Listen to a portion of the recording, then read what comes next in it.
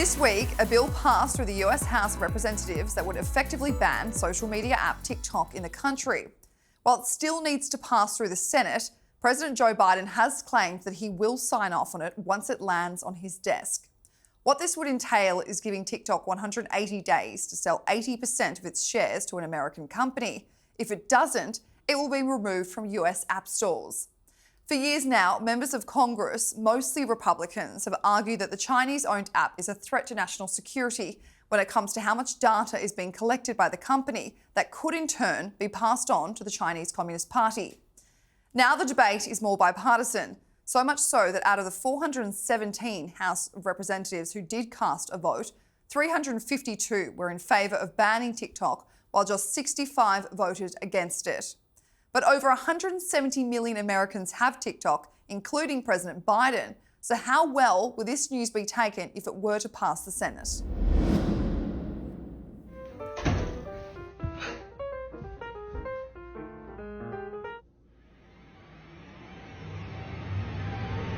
No. What?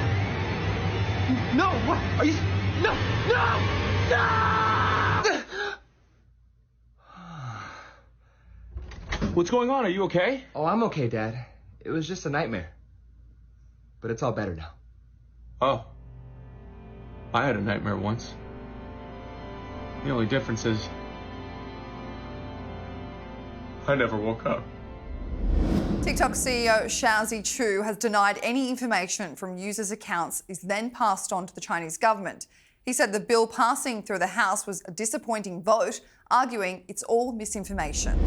A lot of misinformation, and I hope to clarify some things. For the last few years, we have invested to keep your data safe and our platform free from outside manipulation. We have committed that we will continue to do so. This legislation, if signed into law, will lead to a ban of TikTok in the United States. It will also take billions of dollars out of the pockets of creators and small businesses. It will put more than 300,000 American jobs at risk, and it will take away your TikTok. I want to start with you, James, because obviously TikTok has been a big debate for years. You know, how much data is being collected by the CCP, but it already has 170 million American users on it. So what is the point of getting rid of it now? And it's absolutely terrifying, the scale that TikTok has managed to grow to. And I think that its growth was probably linked in part, at least, to COVID, to lockdowns, right? Everybody got locked inside just as there was this app that just mines its way into your amygdala. And it's such a low friction to get a new whole world every time you flick the screen. It's a really impressive app in that sense, and you can edit and all these sorts of things. So the two twin worries are really, as we said, there's this idea that it goes back to the CCP in China, and I think that's probably a really valid concern, frankly. It is written into Chinese law that every company that's based there has to have some kind of CCP operative or somebody like that based there. Not just TikTok, but all sorts of other ones as well. They get continuing access to these sorts of things. And here in the UK, we found that government ministers have to no longer have TikTok on any of their government phones. So there's one problem there. But I also just find the libertarian leaving my body when I hear TikTok discussed. Because, you know, in China, what do they have? They have ballet, they have amazing acts of Chinese cultural, impressive superiority, all these things. And what do we get here in the West? Just horror shows, right? The very worst of humanity. And frankly, this kind of brain rot makes me want to be a statist. So if we can ban this and get this out of people's brains, then, you know, we'll find a flourishing of Western civilization again. I mean, it definitely has kind of contributed to our very short attention span, especially young kids. But I think it should be said that when it comes to, you know, creating large-scale military operations, China has been working for the last decade to launch this fully scaled military operation that can compete against the US, the UK, Australia, NATO in general. They want to create the biggest military in the world. Would we be naive, Maddie, to say that they wouldn't be infiltrating other areas of aspects such as cybersecurity, such as social media? Oh, I'm sure. I mean, why encourage this? And in fact, there have been many warnings from defence chiefs, at least in Britain, that I know of, where they have said that TikTok is a liability for soldiers serving abroad because you're then giving away vital information about what kind of weapons you might have, possibly your location, operational things. And it's almost like the whole TikTok has very quickly engendered a whole new mindset in people.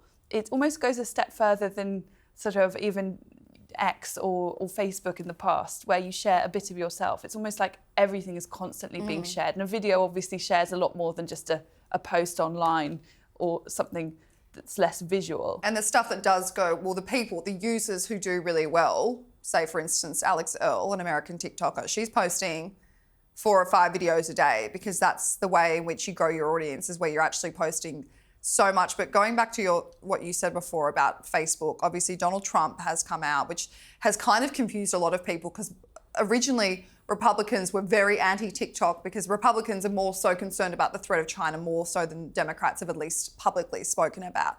Trump's now scaling back, saying TikTok's not the threat and that it is Meta, Facebook. What do you think about that? Well, I think this is classic Trump just looking out for himself on these things. Like old school Twitter, pre-Elon Musk Twitter and Facebook banned Trump from their platforms after the January 6th riots and his sort of supposed complicity or encouragement of all of that. And he really just despises Meta and all those platforms on there.